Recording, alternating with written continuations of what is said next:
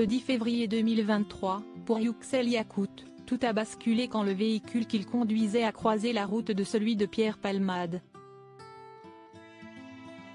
En effet, l'humoriste, qui était alors sous l'influence de la cocaïne, a foncé dans sa voiture, provoquant un terrible accident.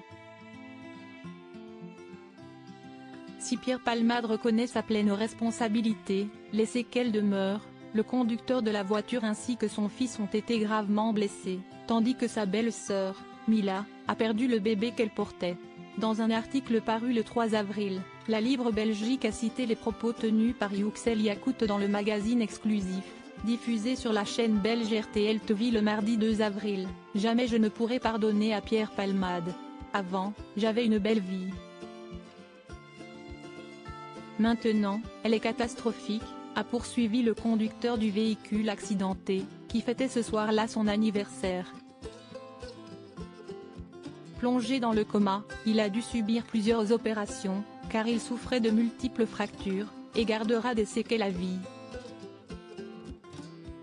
Son fils de 6 ans, Devrim, a lui aussi été gravement blessé, notamment à la mâchoire, et s'est retrouvé dans le coma. Quant à sa belle-sœur, Mila, elle est toujours durablement marquée par le drame.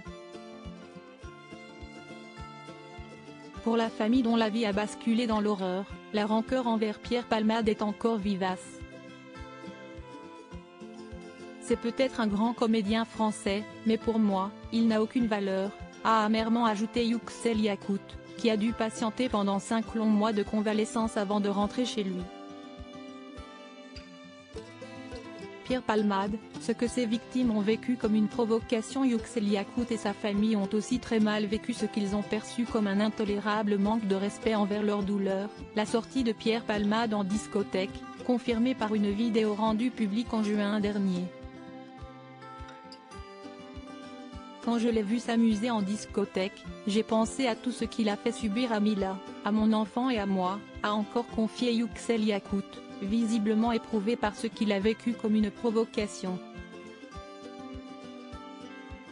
Également cité par nos confrères de la Libre Belgique, le cousin de l'une des victimes, Omer, a enfoncé le clou, accusant Pierre Palmade de n'avoir aucune honte en détruisant la vie de mon oncle en partant s'amuser dans une boîte de nuit. Article écrit avec la collaboration de 6 médias Crédit Photo, agence.